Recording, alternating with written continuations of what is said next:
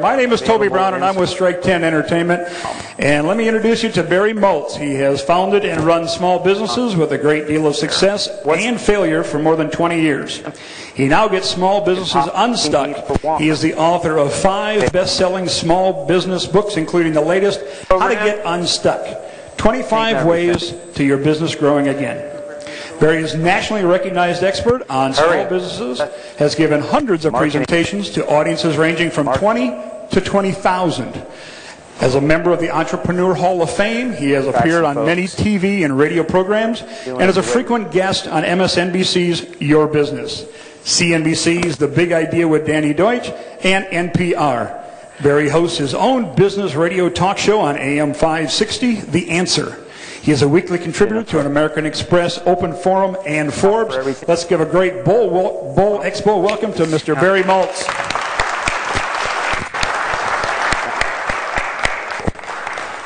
This is probably the single best start to any presentation I've ever done, I have to tell you. It's not the worst for you? Come on in, just sit anywhere. Oh, you're together? Okay. So one of the problems is, where was I? Unfortunately, we go into our centers every single day, and we do the same thing over and over and over again, and we expect to get different results, right? Does that sound familiar? Somehow, some way, we think that maybe today will be different. And actually, Einstein said that was the definition of insanity. What's the famous Einstein quote about that? Does anybody know? Well, raise your hand, because I can't hear you. Yes, right here. Yeah, didn't you raise your hand? You were, no, you were. Boy, how helpful are you? Right over here, sir, from Florida. Just ask your wife what it is, okay? The definition of insanity is doing the same thing over and over again. Are we trading out again? And expect to get different results. That's what. And I know that logically we think, well, that doesn't really make any sense, but we actually do it every single day. Now, I want you guys to do something that probably no other speaker has ever asked you to do. Can you guys try something new today? Yeah. Would that be okay? How about you way in the back there? You! I want you guys here to strive really for minimal achievement. Now, Ralph over here just said, I've been waiting my whole life for someone to say this, right? I actually can do this one, strive for minimal achievement. And let me tell you how to do it. I'm going to tell you a story. There are these 2 monks. They're sitting by the river. I guess it could be 2 bowlers, right? They're sitting by the river, and they're talking about the sheer power of their Zen masters, of their teachers. The first Zen monk says, my Zen master, he's so powerful, he can walk across the river without using a bridge. That's pretty cool, huh? It's only been done once before. Walk on water. You get the reference? The other Zen monk says, well, he doesn't say anything. He just kind of breathes. My Zen master, he's so powerful that when he chops wood, he chops wood. When he cooks rice, he cooks rice. All right, what does that mean? What does that mean? Anybody? Who said that? He's in the moment? Okay. Who else has something? He's achieved his goal. He'll say what he's going to do. Anybody else? He's what? He's completing tasks. One of the things that I take away from that story, and of course a Zen parable, it can mean anything, right? What I take away from it is that the incredible power we can get if we focus on one thing at a time in our lives. And that's becoming increasingly difficult because I believe we're raising a generation of attention deficit disorder individuals, right? We're constantly focused on multiple things. I know some of you right now are listening to me and you're answering email or you're doing Facebook or things like that. But if we can just focus on one thing at a time, we can be incredibly successful. And that's what I asked you to do. You're going to learn a lot this morning on ways to manage people and manage millennials. But I only want you to try one change when you go back to your centers. Because the problem is if you write down 5 things and you try to change 5 things, what happens? Absolutely nothing, right? You got all this great stuff. You went to Bowl Expo. You go back to your center and it's business as usual.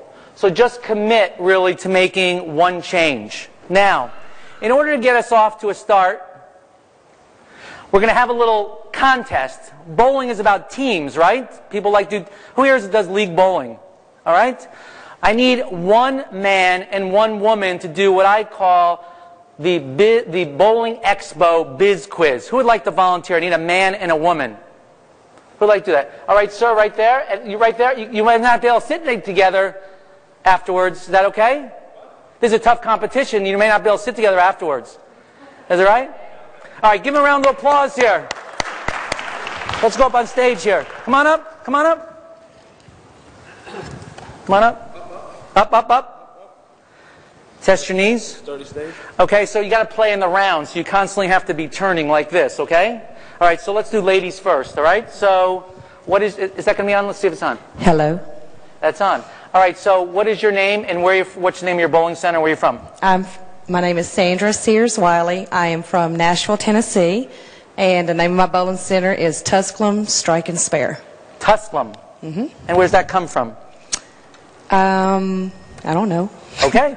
So this is multiple choice, so in order for you to chime in to see if you want to say, hey, I know the answer, you're going to ring the bell, okay? So let me see you ring the bell. Let's see you.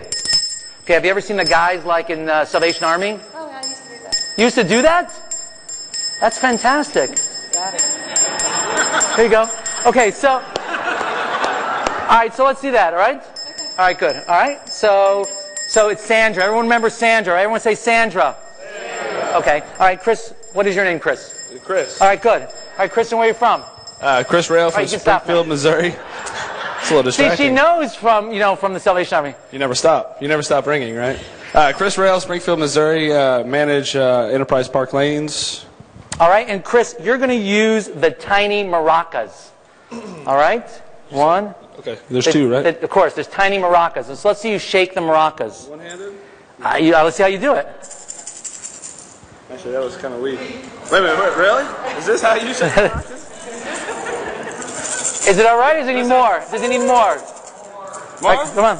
No, more of this. Oh, more of this. All right, there we go. All right, there we go. So why don't you face this way? All right, why don't we have Chris. Everyone say Chris. Chris. All right, so we have Chris and Sandra, and we're going to do multiple choice. All right, is everyone ready? Are you guys ready? No, you can't phone a friend. Okay, let's see where we go here. Ready? All right, so the first question is, the most accurate way to review a candidate... No, that's cheating. You can't... No. It's multiple choice. Okay. Multiple choice, all right? All right. Do you want to see if the bell works still? All right, good. All right, here we go. A, their resume. B, searching the internet. C, bowl around with them. Now, after the 3-1, you chime in. All right, who was first? Chris. Oh, thank you. I would say C, bowl around with him. Okay, but what do you think the right answer is? Probably A. All right. That's not the right answer. Sandra, what's the right answer? All right. Give her a round of applause. Come on, give her a round of applause. Oh, I forgot to tell you what the prize is. First prize is how to get yourself unstuck, your business unstuck, my latest book. Second prize is lunch with me. Okay, here we go. The biggest hiring mistake is A, looking for skills, not attitude. Hiring a relative. No. You got to wait till all three, okay? All right, wait a second. Looking for skills, not attitude. Hiring a relative. Letting your spouse do the hiring. Who's first? Sandra. You don't hear anybody, do you? All right, what is it? C? Oh, nope. What do you think it is? A, looking for skills, not attitude. Give him a round of applause. All right, so what's the score? 1-1. All right, here we go. Why my center has high turnover? A, I don't have a central team mission. I can't find good people. Most people just suck. Who's first? Can I say suck? You just did. Oh, okay. All right, who's first? Chris. A. I don't have a central team mission. Give a round of applause here. This is the best answer. All the other answers could be kind of sort of correct. All right, 2-1. Employees stay when you pay them big dollars. Company goals equal their goals. They are related to you. Who's first? Sandra. A? What do you think the best answer is? B. B. Give a round of applause. 2-2. You got to fight your initial inclination. We're trying to learn new skills here, right? Number 5, an early warning sign of a troubled employee is they don't always show up to work. They change jobs frequently. You caught them stealing from the register. Chris? A. All right, well, actually, it's all 3 of them. Give a round of applause there. 3-2. It's a tight race. I manage my center using A, top-down yet collaborative approach. B, where I make all the decisions. C, threats and bullying. Who's first? Are you sure? I thought I heard Sandra. A. A. All right, give a round of applause. 3-3. I fire people when I have a bad day and it makes me feel better. Come on in. Come on in. We're just talking about our most embarrassing moment.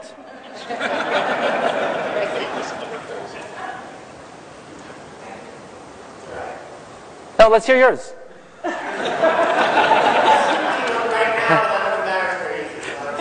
Okay. Do you want me to start over?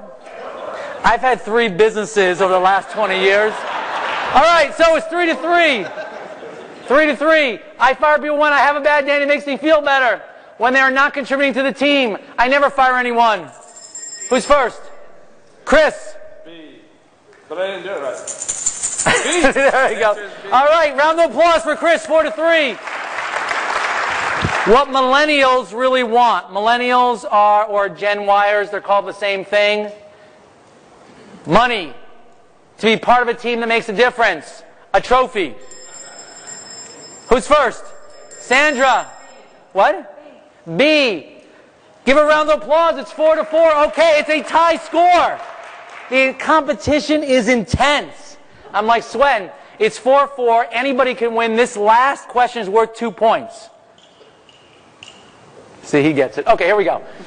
Finally, how do I bridge the generation gap? Set strict performance rules.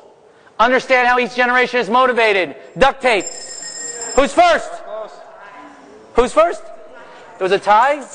Okay, here we go. One more time. Generally, how do I bridge the gap? Set strict performance rules. Understand how each generation is motivated. Sandra. Duct tape. Chris. B. Understand how you... Give him a round of applause. Great job. Thank you so much. You get lunch with me. I'm sorry. That's what she was going for. Chris, thank you so much. You're great in the maracas. Thank you. Give them a round of applause. Look at a book. Thank you. So this is just a little bit of fun to cover some of the topics that we're really going to talk about today. The first thing I want to discuss is, do you really have a company or do you just have a job? If you have leverage in your company, then you have a company. If the company can't run without you, then you really have a job. And the only way that you really find leverage at your center is really have a team that works. Better with the sunglasses or without? So it doesn't... Better with? Okay. All right. So, I'd like that. But she looks good, doesn't she? Exactly. Okay. Here, wink at me again. Wink at me again. Oh, that's pretty good. That's pretty good. A wink and a click. I forget where I was now. So... Who here would like a $5 bill? Give me a round of applause there, right there. Thanks for bringing me back there, Ralph. I appreciate it. You only have a job when you try to extract every last dollar out of every customer transaction. You also only have a job when you'll do whatever a customer says. And why is doing whatever a customer says bad? Why is that bad? What if a customer says, I know you run a bowling center, but can you send some of your guys out to mow my lawn? Right? Go ahead, sir. Then you're Then your customer ends up running your business, right? You need to have a focus and direction. And also, most of us, a lot of small business owners, they really think about money all the time, right? They only have as much cash in their bank account for that week, and they just really live from week to week. You have a business when you can go on vacation and still make money. You have a business when you come to Bowl Expo and you can still make money. You have a business when you're building value outside of yourself. And you have to think about, how does your business actually make money? Is it tied to the number of customers you have, the revenues per customer, the cost of service, the cost of acquisition, lifetime value? All of these things are very important in your business. And we're not going to talk about these today. That's more a financial lecture. But really understand, how does your business make money? What is the number one money maker in your business? Just, who's got an answer? What's the highest margin? Chris? Alcohol. Would everyone agree? Bowling. Who says bowling? Okay, why bowling?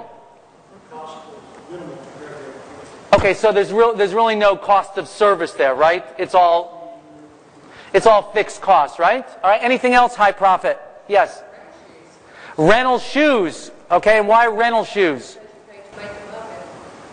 We were sitting at dinner last night, and I think guy says he's got to rent them out 11 times or something, and then he's kind of done. So that was probably one of the best rules ever in bowling, right?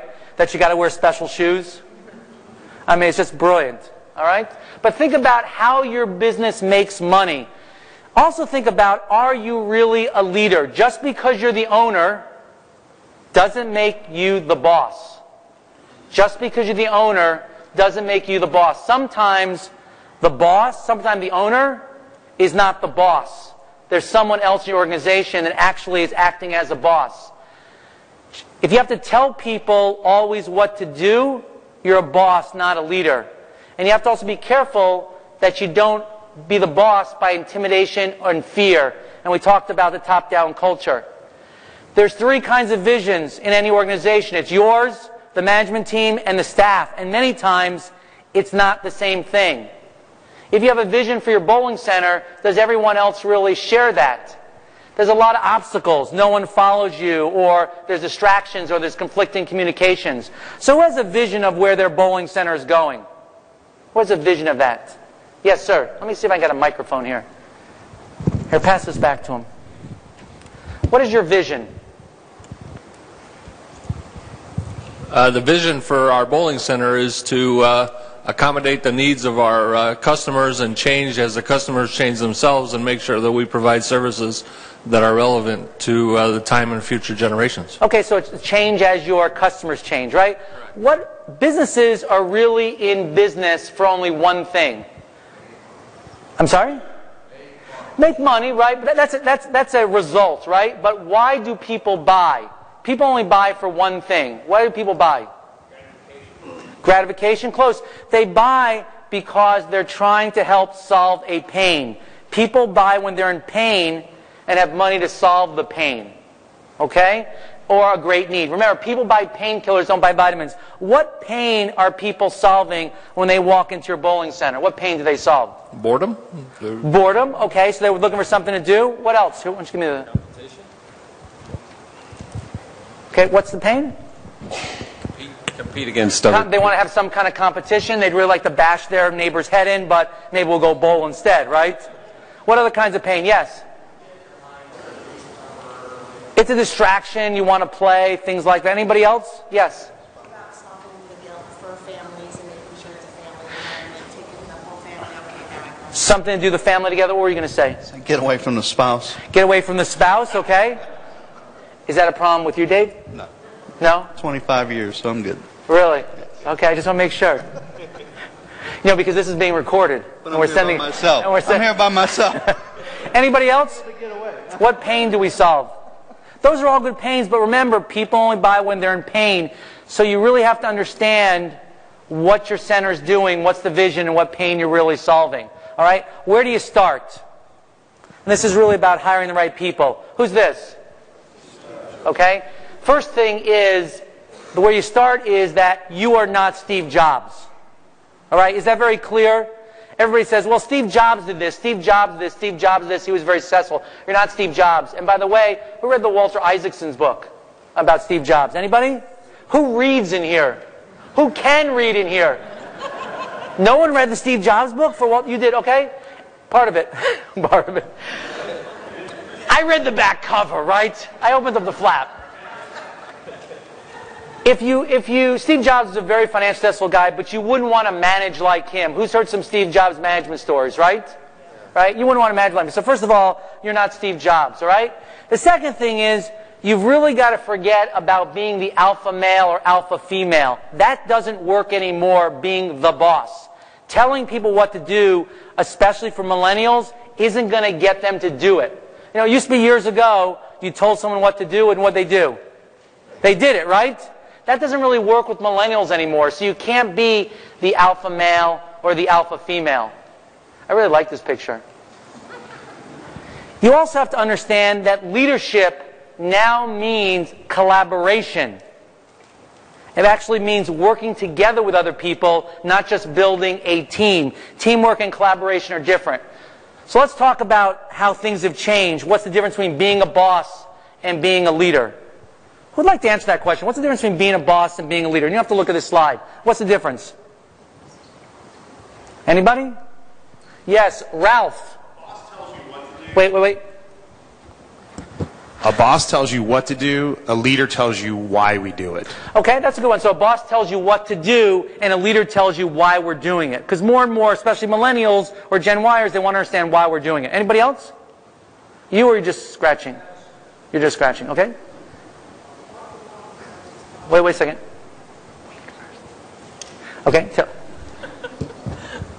Don't just talk the talk, walk the walk. Okay, so what you really have to do is it's do what I say and do what I do, right? That's really important, right? Anybody else? The boss tells you what to do. Okay, 1 second. I don't hear that. Are you guys related? Or you just felt like holding his hand? Are you related? Oh, your girlfriend, great. How is he as a boyfriend? How is he? Is he a leader or a boss? I'm only kidding. Okay, here we go. I don't even remember what I said now. That's the whole idea. The boss tells you what to do. A leader leads by example. Okay, leads by example, right? And actually, it's a lot harder than we think. Anybody else?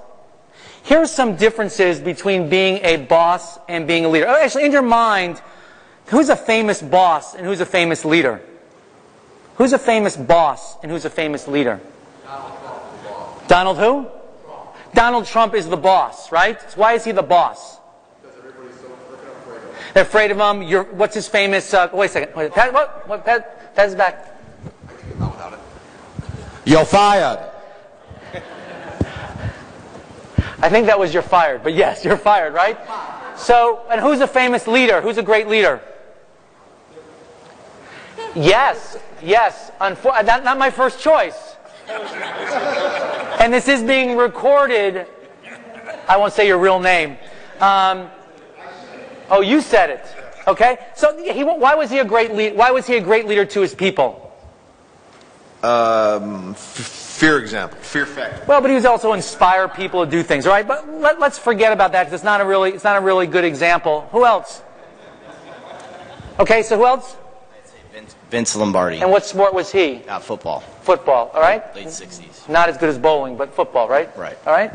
Anybody else? Dick Weber. Who said Dick Weber?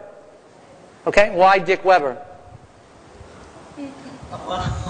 Because he was the icon of this industry in my eyes. Okay, but was he a really great leader? Yes, he was. Okay, and why is that? He was always there for charities and the everyday Joe Blow that, you know, he would listen to anybody and everybody's story. All right. Think of what actions do you take? Yes. Nelson Mandela, may rest in peace. Here. Again. See, now that's a good example, okay? Nelson Mandela. Now, why? He led his people. He was very inspirational, and they followed him. Suffered for a long time. Yep. Right. Yep. He feels like he's got to say something else now. He's thinking like, who else can I say? What else can I say? People are thinking like, oh my God. Go ahead. Gandhi. Greg. Gandhi. Greg, that's a good example. Let's give Greg a round of applause here. And why Gandhi, Greg? Same thing. Great motivation, leader, belief, had the power over people. Okay. So think about, I mean, you're not going to be, you may not be Gandhi or Mandela or something like that, but think about how you're leading your people rather than just being a boss. So here's the difference. As far as ownership, the boss has strict control over the information, right? They have the secret sauce. If you're the boss of your center, you're the only one that knows how your center really works. And a lot of us like to run our center that way. Why is that comforting? Why is that comforting? Who said control? You don't need a microphone. You're fired. So control, right? And so why is that comforting? Well, I'm in the process of changing, but why is it comforting? Because people have to come to you for the answer. Right. So people have to come to the answer. You're the hub, and everybody's the spoke, right? I remember when I ran my last company, and this was before there was email. Believe it or not, this was in the late 90s. The job that I really didn't want to give up in the company, which I eventually had to give up, was opening up the mail. Because I loved opening up the mail because I knew everything that was going on if I opened up the mail, but I knew that wouldn't make sense. Bless you. So, if your ego drives you to be the boss, not necessarily to be the leader. The leader openly shares information. Your team knows as much about what's going on as you do. So it activates the passion. It activates the passion inside of your center, right? Because you really can't get millennials to do anything, right? They have to motivate themselves to do it. I'm going to show you how. If there's an idea, what the boss does, sometimes he or she listens, but then he makes the decision privately. It's one-way communication. You've got control. The leader encourages people to come up with ideas and suggestions and then builds a community. So think about the last time in your center where you had an important decision to make, or you need to come up with new ideas. Where'd those ideas come from? Who had an idea come from one of their employees that they ended up implementing? Well, besides him. Oh, right here. We have several bowling centers. Wait a second. We always encourage our kitchen managers to come up with new food ideas, and we share them among the centers. And if one of their ideas makes it to a menu, I slip them a $100 bill, and of course you give them $100. So what's the newest, greatest thing? Different sliders and flatbreads. Sliders and flatbreads. Good. All right. Great idea. Anybody else? Yes, sir. Wait till the microphone comes.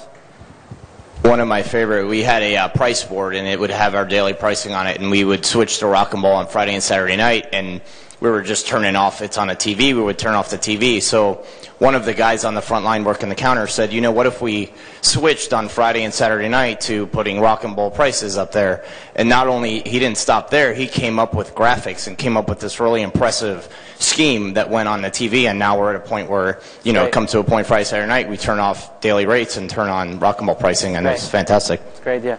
All right, one more. Oh good, I'm glad we have somebody on this side.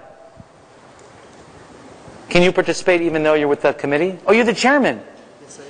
You're chairman of all Bowl Expo? Does Kelly Bednar work for you? No. Oh, he doesn't? Okay. But he's the best. He is. He chooses great people to come and speak at the conference, I have to tell you. So, go ahead.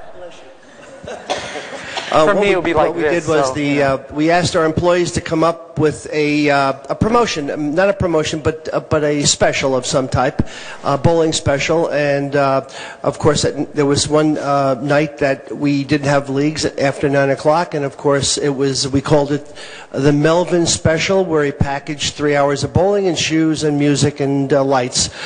So of course, at that point, the other employees were involved in getting something together, and he won that part of the package, and we called it, now it's the Melvin Special. So everybody promotes the Melvin Special, and of course Melvin works that night. So it's it's worked out really well. And he has some pride in ownership, right? Yeah, he is. He's a fabulous guy. Yeah, it's great. It's great. These are all really great examples. Think about how you can solicit ideas and implement them from your team, because they're going to come up with much better ideas than you ever can come up with. All right, next one is decision making. The boss delivers an approved solution, a prepackaged solution to the team. Also, they make knee-jerk reactions, and a lot of times it's based on emotion. The leader is different. He'll facilitate brainstorming, and the team really comes up with the best solution. And the biggest difference is that a leader today is patient. You've got to be a lot more patient with the millennials. Even though they seem to move very, very quickly, a lot of the big decisions should be made very slowly. Resource allocation. The boss decides how all the money is going to be spent. The leader lets the team allocate how we're going to spend different resources, right? Who's done that? Who's let the team decide how they're going to spend different resources? Who's got an example of that? Yes. Yes, you always have the answer. You're my go-to guy. Not this time. Not this time, okay. Anybody have one? Yes. Heard from this section here. Here, pass this back to her. Just say your name. My name is Michelle. Where are you from? I'm from Erlanger, Kentucky. Erlanger, Kentucky, and what's the name of your center? Super Bowl. Super Bowl. How'd you come up with that name? I have no idea. Okay. I didn't name it. So, Super Bowl, okay. Once a year we have a meeting with all of our maintenance staff. And since they're responsible for both the inside and the outside of the building, we give them the opportunity to make suggestions and propose things that we're going to spend our maintenance money on once the maintenance budget is set. So they get to help us prioritize, how we're going to spend the maintenance money. Excellent. Good idea. Give her a round of applause. That's great. That was pretty weak. Come on, guys. Give her a round of applause. It takes a lot of courage. So jobs and responsibilities. The boss has strict jobs and responsibilities, but in today's age, especially millennials, jobs are flexible. You got to know, be able to do different kinds of jobs. How many people in their centers have people rotate jobs? Okay? So you haven't? Let's hear from you, Kelly. How do you do that? Where are you from? You don't remember? You remember when you came in here? I had 3 centers. Do you want all of them? Well, sure, whatever. Bullhaven and Alton, Airport Plaza in Bethalto, and New Lanes in Mount Vernon, all in Illinois. All in Illinois, okay. I'm from Illinois, too. I'm not proud. The brokest state in the Union. I'm from Missouri. The centers are in Illinois. There you go. Let's be clear about that, right? Yeah, let's be clear about that. I'm a Cardinal fan, not a Cub fan. I like all my I like all my personnel to multitask. Multitask or be able to rotate through different jobs? Rotate all different jobs. Okay. Multitask. Okay, so they should be fill in for different kind of things because then they see the entire mission of the whole organization. Exactly. Everybody needs to learn how to work everybody's business. Good job. Give a round of applause here. Business ethics? Yes or no? Yes, yes. Business ethics, the ends justify the means, right? A leader is socially transparent. What do I mean by socially transparent? What does that word mean in the world of the internet and social media? What does socially transparent mean? Does she have an answer? She's sleeping. I put her to sleep. That's a good thing. First time that's good. What does socially transparent mean?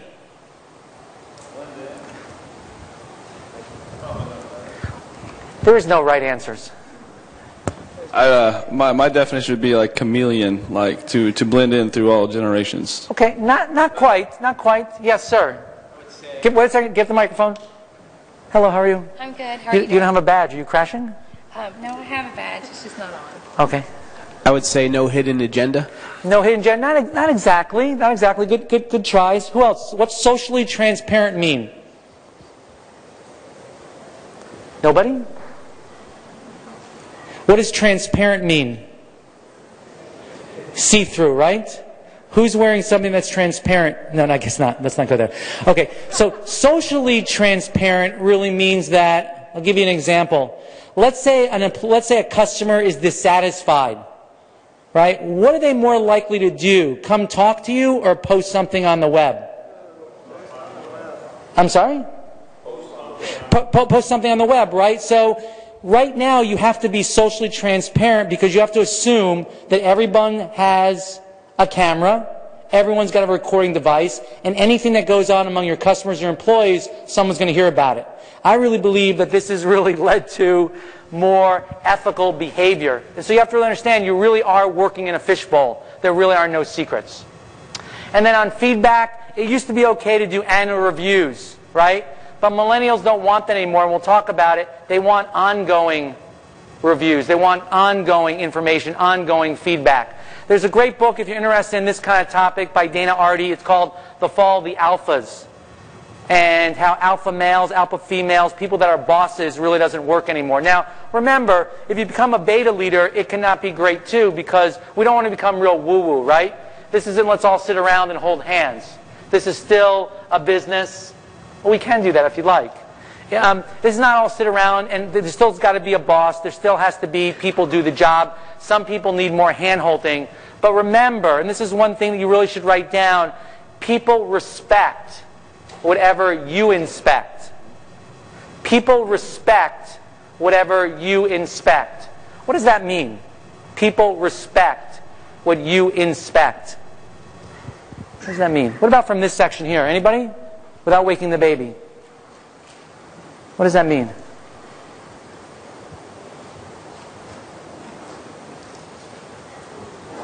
My go-to guy. Oh no, we'll take this woman here. What is your name? It's Michelle. And where are you from, Michelle? I'm from Buffalo, New York. Buffalo, New York. Buffalo, New York, okay. Yes. I would say that respect what you inspect. I would say whatever you may have a passion for, what you take, make sure the details of everything within your center or community, that when customers see that you have that passion for it, then they respect you and maybe respect you and your center as well. But what would it mean? That's a good thing when it comes to customers. What would it mean from an employee standpoint? Same thing. I mean, if the employee is going to see that you are out and about and you're inspecting every area of your center and you're making sure that everyone is doing what they need to do with a positive reinforcement, that's the way to go. Let's not do it this way. Let's try it that way instead of you suck at this, blah, blah, blah. Your employees or personnel are going to try to take on that same kind of attitude. So I'll give you an example. Who here sells alcohol at their centers? Who here keeps track of the bottles? Right? Let's say you didn't keep track of the bottles at your center. What would happen? People could immediately start giving away free drinks or drinking themselves. So people respect what you inspect. If people know that you're keeping track of it, they're more likely to respect it. Or if they see you drinking behind the bar and getting drunk with your customers, then what does that say to your employees? We're not really going to cover that in this session, but yes, give her a round of applause here.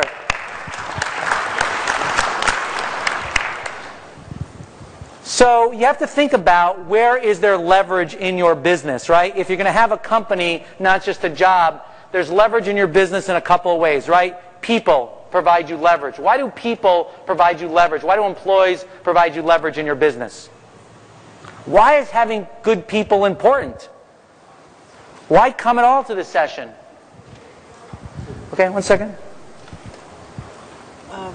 Great employees take care of your customers. Okay, but why do you need to have employees? How about if it was just you at the center every day? How would that work? How would that work? Right here. Someone was pointing at you this time. Well, what is your name? it's Leanne. I'm Leanne? from Illinois. Whereabouts?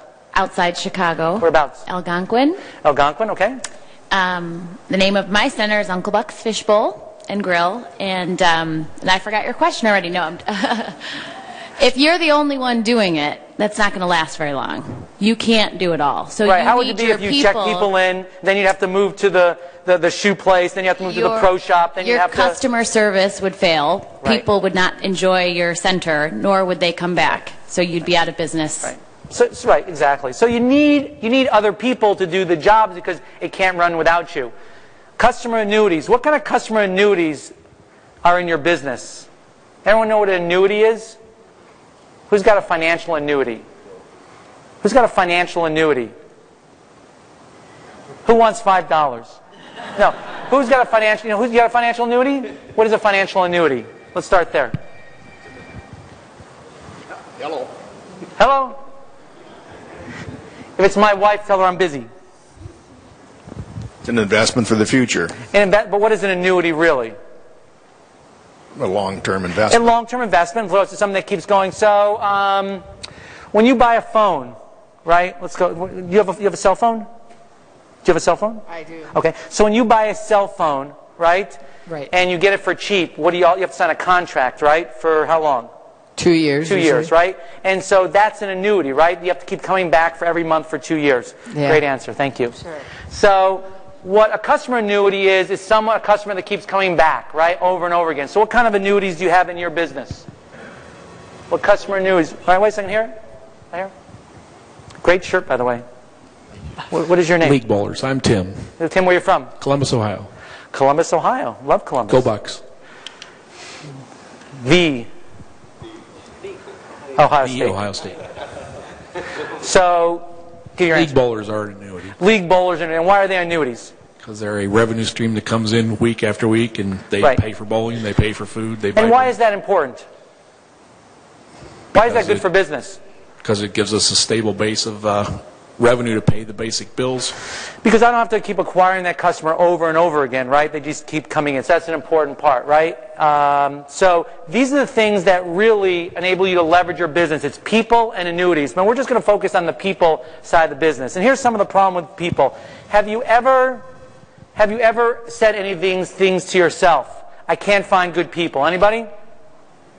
No? Everyone can find good people? Of course you, right? Can't find good people. I always have high staff turnover. My employees don't care as much as I do. Anybody ever say that? My employees don't care as much as I do. Most people suck. Can I run a business where I don't need employees? Who's ever said that to himself?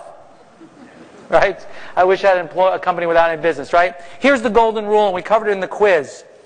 When the company goals or your center goals match the employee goals, then people stay. When their goals match your goals, they stay. When their goals differ from your goals, they leave. All right? So you haven't participated yet? Hi. So what does that mean? Why were you shaking your head yes? Are you together? Nope. What is your name? Christy. Christy, where are you from? I'm actually from Sebring, Florida. Oh, where's that? It is smack dab in the middle of the state. So close to here? Yeah, I'm about an hour and a half away. All right. And so what does that mean? You're shaking your head. Why did that make sense to you? Because it's very true. In our business world, I mean, let's face it, you don't make a whole lot of money being an employee in a bowling world. You have to have compassion. That builds customer service, and in return, it's, keeps just generating from there. Good thought. Good thought. So every employee is going to come in and they're going to have a certain set of goals. Why they took that job, why they are there. What are possible reasons why they come and why they're there? Why do employees come to work with you? Why do they come and work with you? All right, money. Okay. Why else do you think they come? Passionate about the sport. Okay, so say that. They're compassionate about the sport. Okay, thank you. What is your name? Dan. And where are you from? Boston, Massachusetts, all right? Because they're passionate about the sport. I remember everybody ever heard of Imes Pet Food? Who's heard of Imes Pet Food? Right? So, gentleman that used to own Imes Pet Food is a gentleman named Clay Mattill. Where does Clay Mattill live? The guy from Ohio. Who's from Ohio? Do you know Clay Mattill?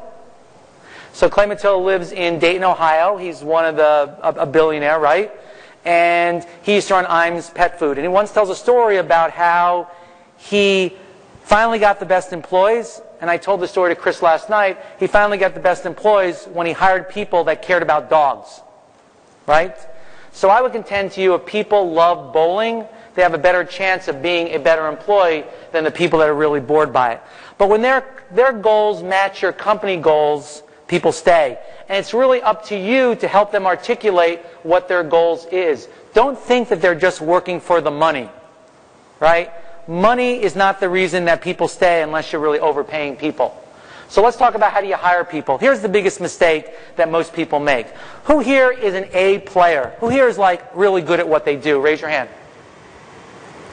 The rest of you can leave. Who's here really good at what they do? Come on. We're going to rate them. Who's here really good at what they do? I think you're really good at what you do if that baby's sleeping. I got to tell you, that's great. Right, so a lot of us consider ourselves A players, right? And the problem is that a lot of A players hire B players. Why do we do that? Why do A players hire B players, people that are not as good as them? Why do we do that? Who said that? Because, and why do you want to stay in the A position? Say that again. A lot of times it's ego and it's your place. Right, so a lot of A players hire B players because they don't want to be threatened, right? They don't want to hire people that are as good as them. Right. And the B players, who do they hire? They hire C players, right? And the C players hire D players. And so it doesn't work out very well. I once got hired by a CEO of a company to find out why his sales team was failing. And so I went in and I talked to all the salespeople, and I found out that the reason his sales team was failing is every time a sales guy got close to a sale, the CEO would come in and sabotage it so he could save the day and make the sale. That's really what's going on. So I went back to the CEO and I told him really what was going on, and what did he do? He fired me, right? But that's a problem. You really have to hire people that are really complementary to you, not people that are worse than you, right? So let's talk about how to hire. I'm here to tell you that resumes are basically worthless. Resumes are really just a piece of fiction. They can say whatever they want to say. The first thing you should do is, if you're considering hiring someone, put their name and their city, their location, if they have a common name, into a search engine. Who's done that? And what have you found? What have you found? Any interesting things that you found? Who's got the microphone? I do. Okay, I thought so. Who's found something interesting when you put in the search engine? Have you, sir? What is your name and where are you from? Gary, Blue Springs, Missouri. Yeah, it only works if you put it close to your mouth. I speak pretty loud. I thought we were going to learn waterboarding here. No? I found a lot of criminal background. A lot of criminal background, right? You know, and a lot of credit issues, and that can really cause trouble. It could cause trouble, right? It doesn't necessarily exclude someone, but you should really know about their credit and their criminal problems, right? Anything else? What did you find? I found some similar things. I've also found some items about some people that they were very involved in charitable organizations and they were very outgoing people. So it works. You found some good stuff too, right? So again, you're not just going to find bad stuff, but maybe you'll find some really good stuff. Who here has looked them up on social media, like on Facebook or things like that? So here, way back there, way back there. Here, pass this. I know you're on your phone, but pass this if you could take a second. Yeah, we've looked at... What's your name first and where are you from? My name is Nikki Brose. I'm from Arlington, Texas. I work for USBC. We've done Facebook searches to understand the interest of our employees. I want to know that they're passionate about bowling first and foremost. If it's not on their Facebook page, they're not passionate about it. And secondly, like the other thing that we found right off the bat was a potential link to a relative.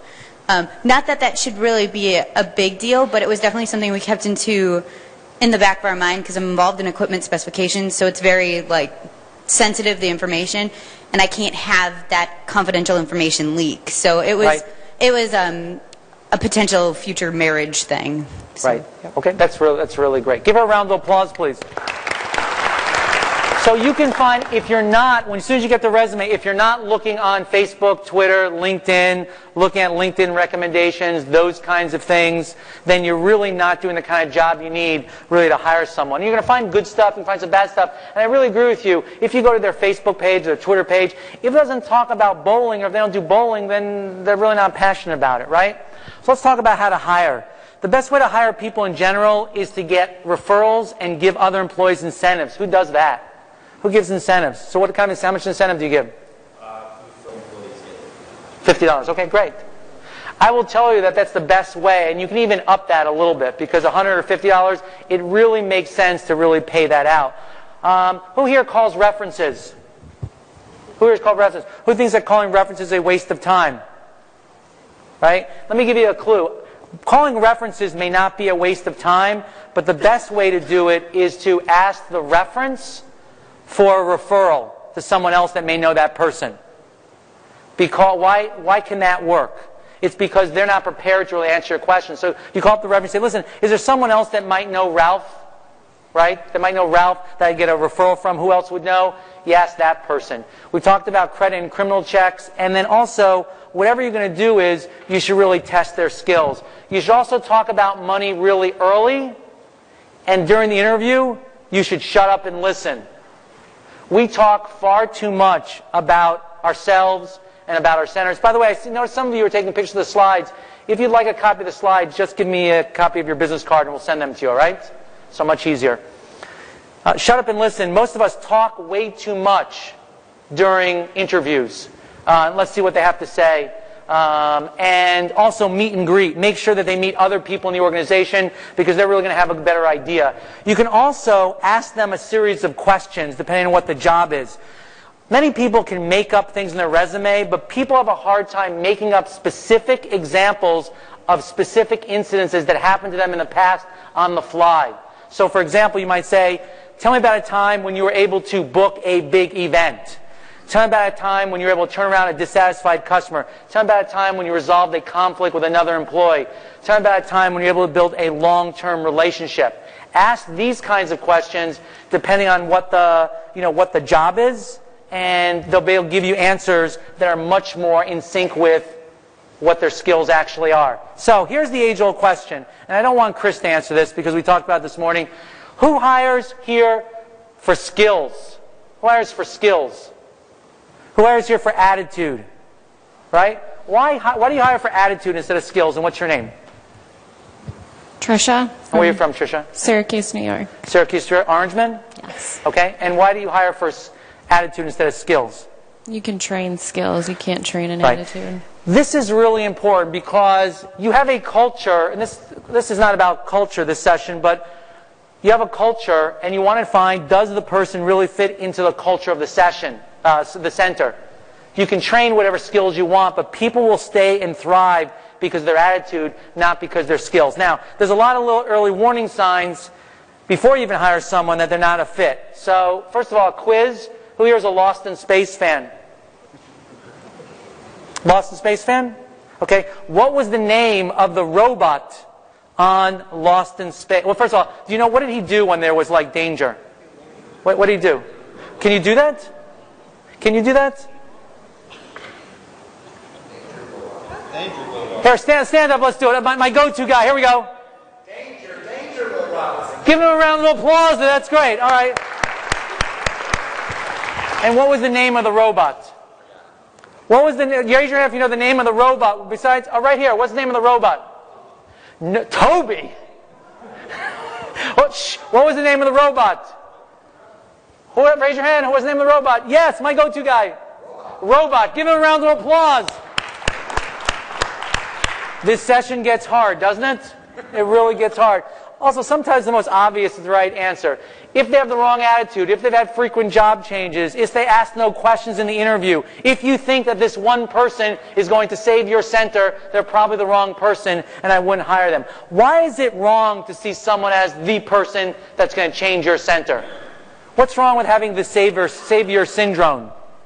Who here has ever had the savior syndrome? That you think that next person that's going to come is going to save you. Right? Your expectations of that person are going to be too high. All right. You have to teach them about the systems in your business, right? Systems are important. Think about McDonald's. Why is McDonald's one of the most successful franchises in the world? Is it because they have the best tasting burgers? The fries? They can replicate. Talk about that, Ralph. They can replicate the product over and over again no matter where you go. So if I go and I have a burger in Orlando, I have a burger in Syracuse, so I have a burger in Alton, Illinois, or Algonquin, Illinois, wherever we are, it's going to taste exactly the same, right? And one of the things that we have to do is we have to teach the systems in our center so people can really master them and really be an expert at them. So they're really critical. In Illinois, and I don't really know the rules of the other states, a 28-day check is really important. Why is 28 days you should determine whether that employee stays or goes? What's so important about 28 days, or the first month in most states except for California? Why is it important? I know that it takes about 28 days to change a bad habit. Okay, besides that, what's the legal reason? Unemployment. So talk about that for a second. My name is Mary Cray, and I am from Cleveland, Ohio. We have 8 centers. And unemployment to us obviously goes on and on and on. And in 28 days, you can determine whether that person's going to make it or not, and also keep your unemployment costs very low. Right, because after 28 days, you're responsible for that person's unemployment, right? And I don't believe that it's very difficult for people to change. And I think that in that first 28 days, you really know what really happens. And what's very interesting is that Zappos has this special thing after people are there for a period of time. They actually incent people to leave. Has anybody heard that story? Who's heard that story? No? They actually give people $2,000 if they'll leave Zappos employment after a certain period of time. So, because if people don't want to stay, they don't want them there. Now, not very many people have taken them up on that, or it wouldn't be much of a story, right? One of the biggest problems as we hire employees is that our organization chart has to change. When you start a business, this is what your organization looks like. It's just you, right? And then what happens is that you have this hub and spoke kind of thing. And you've got to get to a point where everything doesn't come through you. That's your ego. You've got to have it where it's somewhat hierarchical, where people are actually doing things independently. We talked about this. People respect what you inspect. And you've got to be able to fire people. Who here likes to fire people?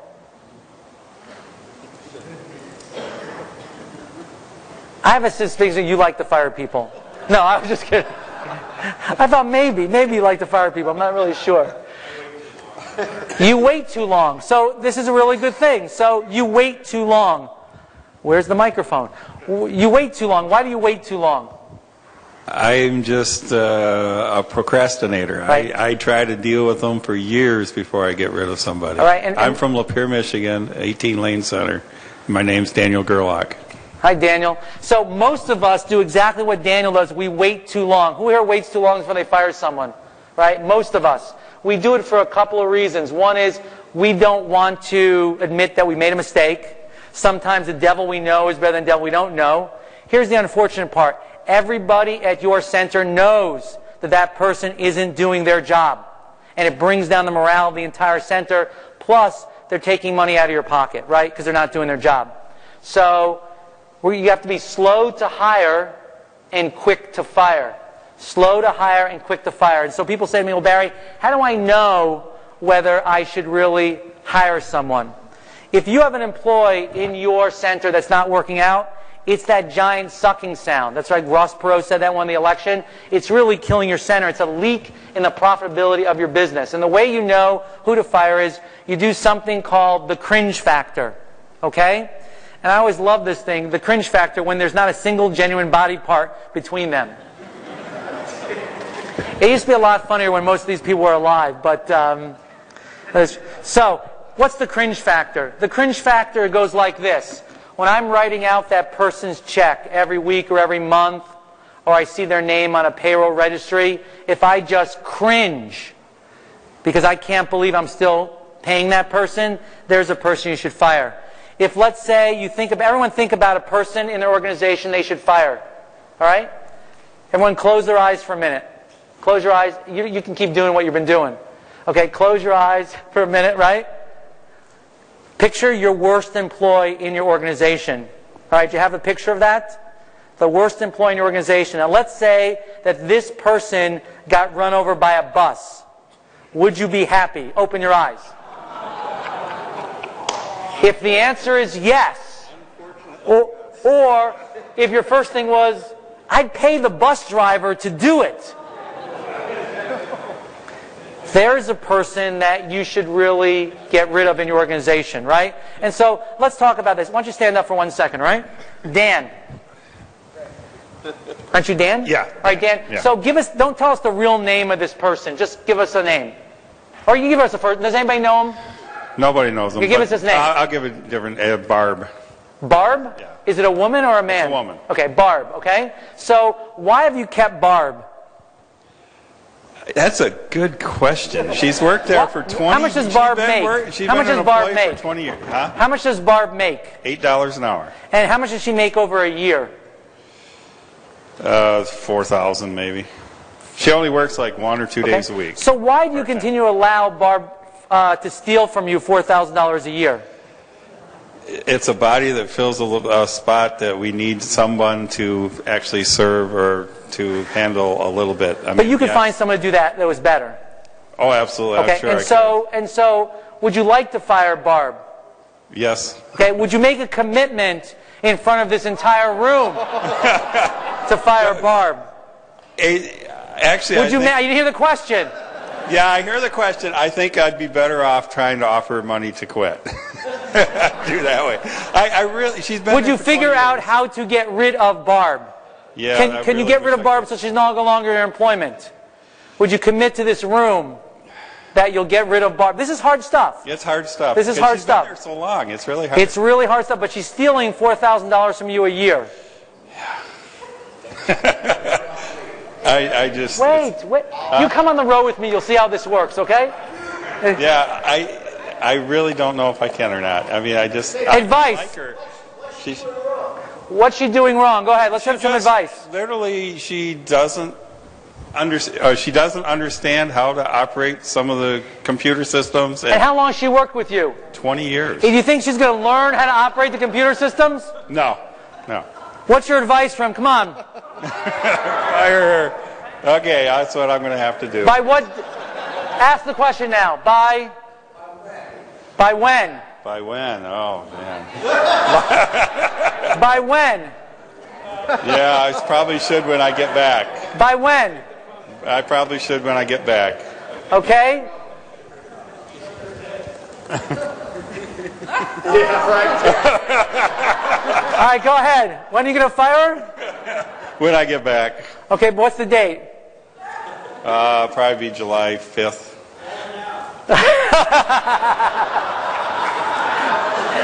I've done this a lot, and that's the best comment I've ever heard in this part. So that was great. All right, so by July 5th, he's going to... And what is your email address? What is your email address, Dan? It's bowlingdano@yahoo.com. Slower. Bowling Dan... Dano. Dano. Like Bookham Dano? Yeah. Bowling Dano. @yahoo.com. Okay, Bowling Dano, Yahoo. I want everyone to please email Dan on the 5th of July. All right, and see where... This stuff's hard. Will you please give him a round of applause? It is really hard. Dan, I appreciate you playing along because this stuff is hard because we all have these people. We all have Barbs in organizations. So think about when you go back who you really should fire and why you're not really firing them. So let's get to this here. Let's talk about millennials specifically, right? This is what when I was young. This is what I was wearing. Actually, these are the kinds of things, leisure suits and things like that. This is actually a picture of me at my high school prom. What do you think? That's pretty good. Where'd the mustache go? It's a funny story. The mustache went the night I got married. My wife said that was part of her marrying her. I had to shave the mustache. That's what I traded, right? So, I'm sorry? No, but I actually saw her just like a year ago. She looks the same. Her name is Fran. If you want to know, I can get you her Facebook stuff, okay? Fran Belloc out of L.A. So let's talk about what are millennials, what are Gen Yers, things like that. So I'm from the baby boomer. Who here is a baby boomer?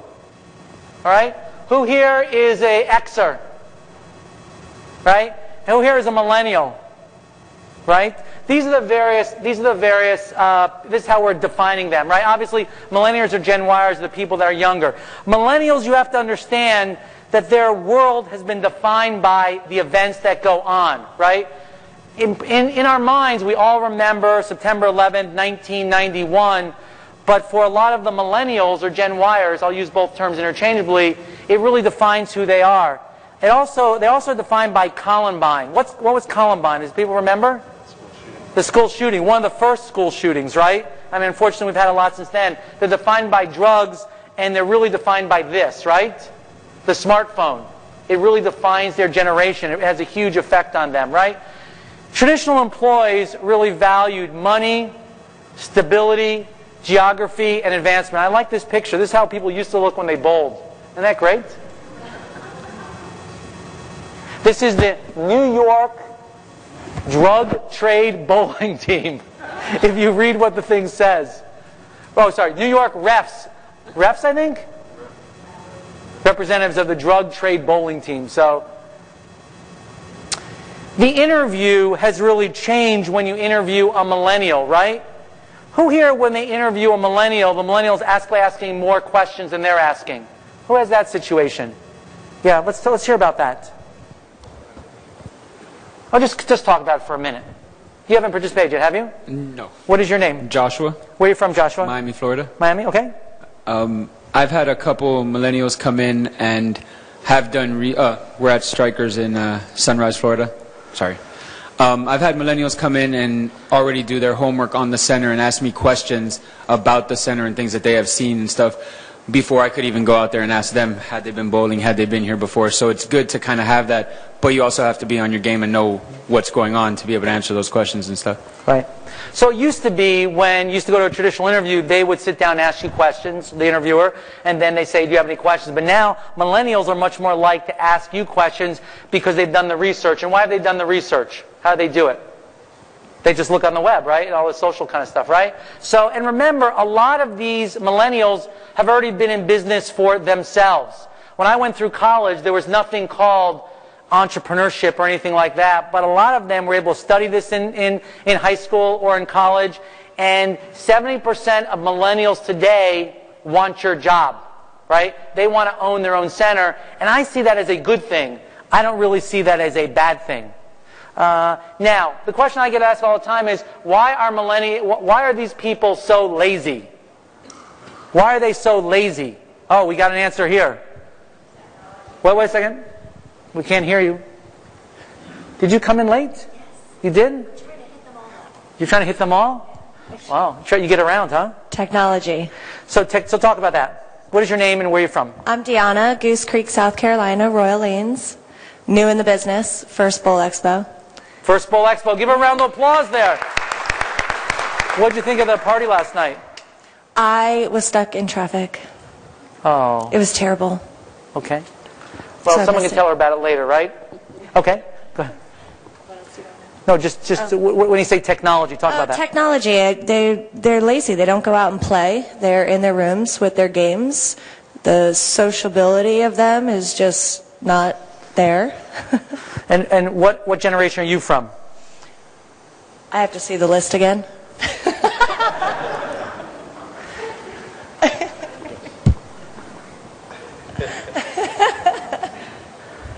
It's okay. I know you were late, but we'll go back for you. Oh, thanks. I am an X. You're an Xer, okay? Yes. All right. Who here else thinks that millennials are lazy? Who thinks millennials? Well, you think millennials are lazy. Hang on a second. Thank you. All right. Who here? You think millennials are lazy? All right. Why do you think they're lazy? Stephanie's rolling her eyes. I just want to let you know. A lot of them have no motivation to work. I am a millennial. What year were you born? 88. Okay. A lot of my friends, my age, 25, still have no job, living at home with parents, glued to their video games, social media, just have no drive to do anything. Okay. Who here thinks the millennials aren't lazy, they're just misunderstood? I think every generation thinks that the generation coming up next is lazy. The one before, the one after them? Yeah, our generation works the hardest, right? What are you? I'm an Xer. Xer, okay. So everyone thinks their generation works the hardest. I think we have not learned how to communicate with them was the issue. 1 second. I'd much rather call in a hurry. I hope you understand. Okay. I think it's a stereotype. Every generation has your lazy people and not. I'm 24. I'm married. I own my own house. I own a bowling center. And wow, I'm not. That doesn't sound lazy to me. No, it's every stereotype. Every generation has it. It's just stereotypical. Okay, sir. I think that it's what actually... What generation are you from? I'm Generation X, 1980. I actually feel that it's more so on the parents and the upbringing for most of these people where we made a mistake and allowed them to kind of slip by and gave them all that we thought we needed to. And now we're kind of sitting back saying, wait a minute, now these guys don't work, when the blame is on all of us. So is this, you have children? I have 4. Yeah. Oh my God! Give him a round of applause. And you were born 1980? Yep. Wow. Yeah. That's pretty. Congratulations to your wife. Really. I believe that it's energy spent in different ways than traditionally we were growing up. I had a buddy in college, and he was the kind of guy who spent a lot of time playing video games. But on Saturday night, he was involved in Xbox Live when that was becoming big, and he was actually connected to about 2,000 people at a time where I was sitting in the living room watching TV. And he went on to a future in game design and web design and things of that nature based on the networking that he did while playing video games. And I always use that as an example. I believe in what Ralph was saying is, I think there are stereotypes. I believe in what you were saying is that I think there are really motivated millennials and there are non-motivated millennials, just like there are lazy Xers and lazy baby boomers and things like that. But we have to understand how they're motivated differently than we were. And let's talk about how we really got here. And what was your first name? Joshua. Because we got here really because of this. Hang on a second here. Because of helicopter parents, I believe, right? What's a helicopter parent? Yes, sir. Right, so helicopter parents are people that micromanage because remember, Xers, fist bump. Xers they had a little bit more time, so they spent more time. Also, because of that, they also had this, right? There's a great book by Bruce Tulgane called Not Everyone Gets a Trophy, right? And there's the whole thing that Gen Yers, everyone's got to get a trophy. So let's go back to here. So what do Gen Yers want? Gen Yers really want to know, and the way you can motivate them is for you to tell them what's the vision of your center. And to also tell them, this is how my center is going to be different.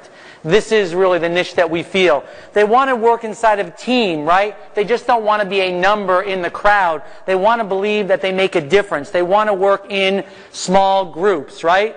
They don't want annual reviews. I'm here all week. They don't want annual reviews, right? Because that's too long. They need immediate, because of what goes on with the internet, right? They want immediate feedback right now. And so the only way you really do that is, as Chris was talking about before, you got to manage by walking around. Anybody know who this is a picture of? Famous management guy. Anybody know? What? Management guru, yes. Close, but not. Ken Blanchard, right? So Ken Blanchard, so he has a thing called, you got to catch them doing something right. So often we walk around and we say, you did something wrong, you did something wrong. You really have to give away the praise. They really crave praise, right?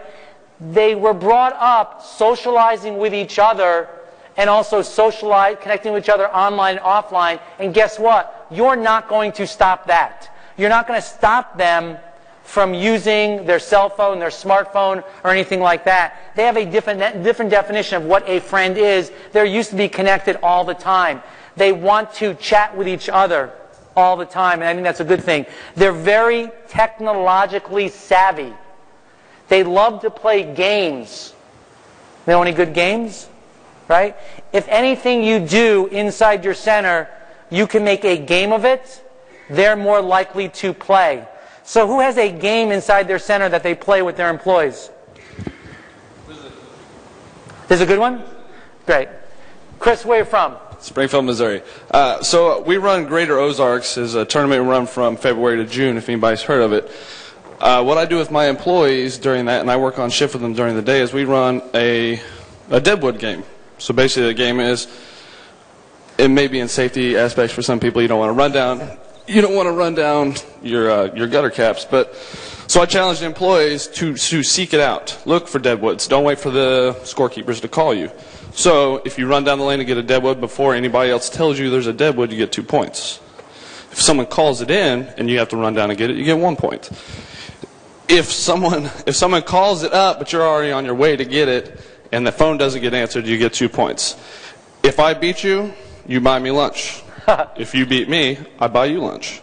So it's motivation to get them to seek it out. Most people, if you ever go to a tournament as bowlers, it's neat to see somebody go down there and already be on their game. You don't have to call for it. Your deadwoods are already done. You've got your off spots are already called in. Your ball returns, if you see them, search those things out. So make, like you said, make a game of it.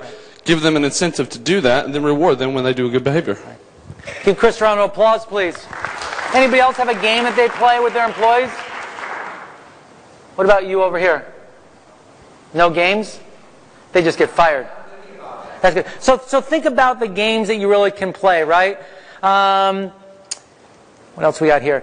You know, a lot of millennials also have a lot of debt that perhaps they've built up over a long period of time, right? So you also have to be sensitive to that. They're really in a different place. I read an article the other day where 25% of millennials are living with their parents, right? It's really a huge number.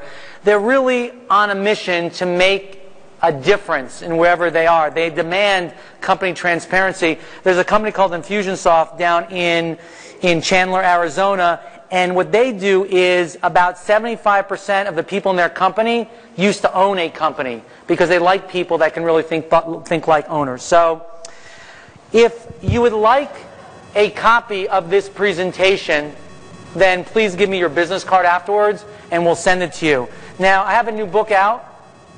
It's called How to Get Unstuck, 25 Ways to Grow Your Business Again. The original title of the book was called Why Your Business Sucks, but the publisher wouldn't publish it. So now it's called How to Get Unstuck. And the things that you can learn in it is how to grow your center without ever selling again, how to make yourself 100% more productive, how to build a team that lasts, how to get over a cash crunch. I would appreciate it if you are interested, go on Amazon. I'd encourage you to buy the book. If you happen to like the book, I sure would appreciate it if you would post a very favorable review on Amazon.com. If you read the book and you don't like it, I sure would appreciate it if you would just keep it to yourself. All right? Thank you so much for joining me, and thanks for Bowl Expo for inviting me.